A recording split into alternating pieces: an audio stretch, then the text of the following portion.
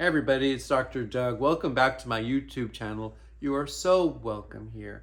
Now we're going to get into part 3 of the nature and meaning of the use of the word queer, which is so important because people are using it now more than ever. And number 1, I talked a little bit about the metaphysics of queer. And number 2, I gave you some of the history and the background, and I talked a little bit about anti-colonialism. In part 3, I want to give you a little bit of a sense of the theoretics of the discussion.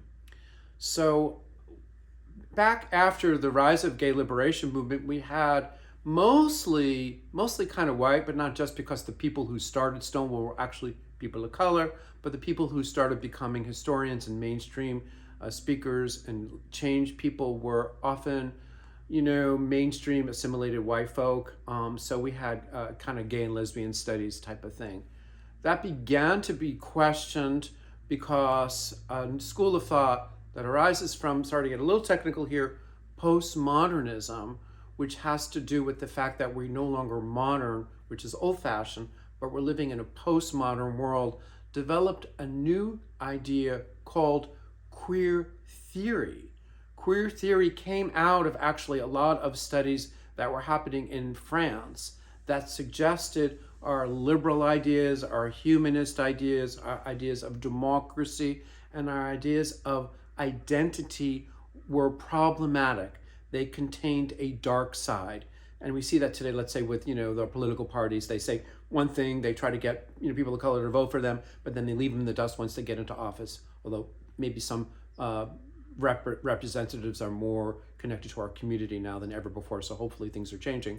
But queer theory began to contest, interrogate, criticize the way that identity began to be used in the gay and lesbian community as a way of actually creating more division than not, and of also participating in the military-industrial complex. It was a very harsh, severe criticism that came just as gay and lesbian people were actually developing some freedom and some civil rights. It could be argued that queer theory was too harsh and actually was perhaps informed by a kind of homophobia. It could also be argued that queer theory was also taking a scalpel, a necessary one, to some of the colonial aspects of the LGBT community. The jury's out on that, and I'd love for you to do your own investigation and consider that. When I was running the LGBT specialization in clinical psychology at Antioch University from 2006 to 2016, these arguments filled the classroom. We were always debating, these kinds of issues, who was left out, who was left in, because we really wanted to make sure that we had been cooked around all these ideas so we could serve you, the LGBTQ queer community, with as much justice and awareness as possible. You can't do therapy, and I don't think you can really do life, if you don't have a series of ideas. If we don't have a series of ideas, we're actually then motivated by the man. We want to develop our own ideas and think as carefully and as seriously about what our meaning of change is. What is our theory of personal and collective change for each one of us, not just for therapists. So this whole way of interrogating identity had a dark side because it also said that identity was actually a fiction. It was a social construction. It was not innate to us. It was not inborn. It actually arose in modern times from the confluence of knowledge and power deriving from the ideas of Michel Foucault, a French gay guy who actually did a lot of work to further gay liberation while at the same time questioning the notion that there is such a thing as a fixed gay identity. So the good thing about queer theory is that it made us think a little bit more about why and how these categories came about. The bad part about it is that it wasn't terribly psychological. What I mean by psychological is, besides our thoughts about things, we can think. There's other parts of human development and human personality that are not our thoughts. We have our bodies. We have how we feel about our bodies. True, some of the ideas about our bodies, including if we're trans, could be coming from the society. But what allows a trans person to follow their heart and to go through some type of transition is not necessarily an idea imposed from outside. It's an idea that develops organically and endogenously from the inside. So we have to be able to interrogate, in my opinion, queer theories and interrogation of identity to show that there's something amiss with just using the mind.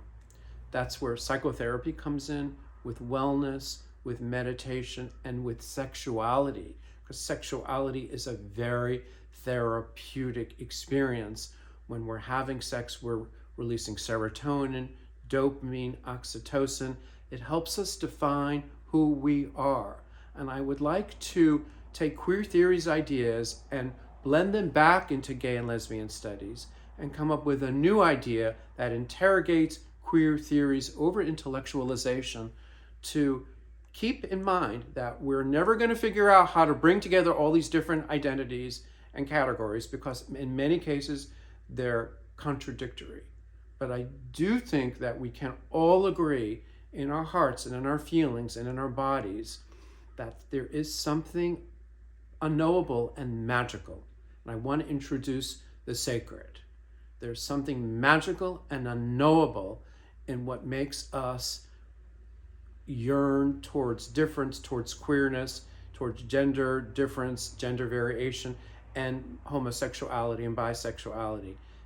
I think all of this is not yet very well studied and understood, and I want to invite all of us to not just use our thought, but to use our hearts and our bodies to better understand what queerness is, how we use it, and to bring in the nature of the sacred, because we are all human, we are all sacred, we're all here for a reason. We're all here to bring new freedom, new values, new liberation, new ideas to a society in desperate need of them.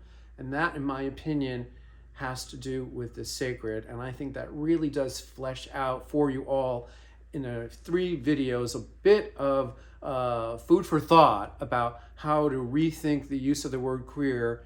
And it's been total pleasure and a total delight to share some of these ideas with you. I've been thinking about them for a very, very long time. We talk about them a lot in the university, and it's now time for us to talk about them more and more and more in the community and to see what you feel and what you think.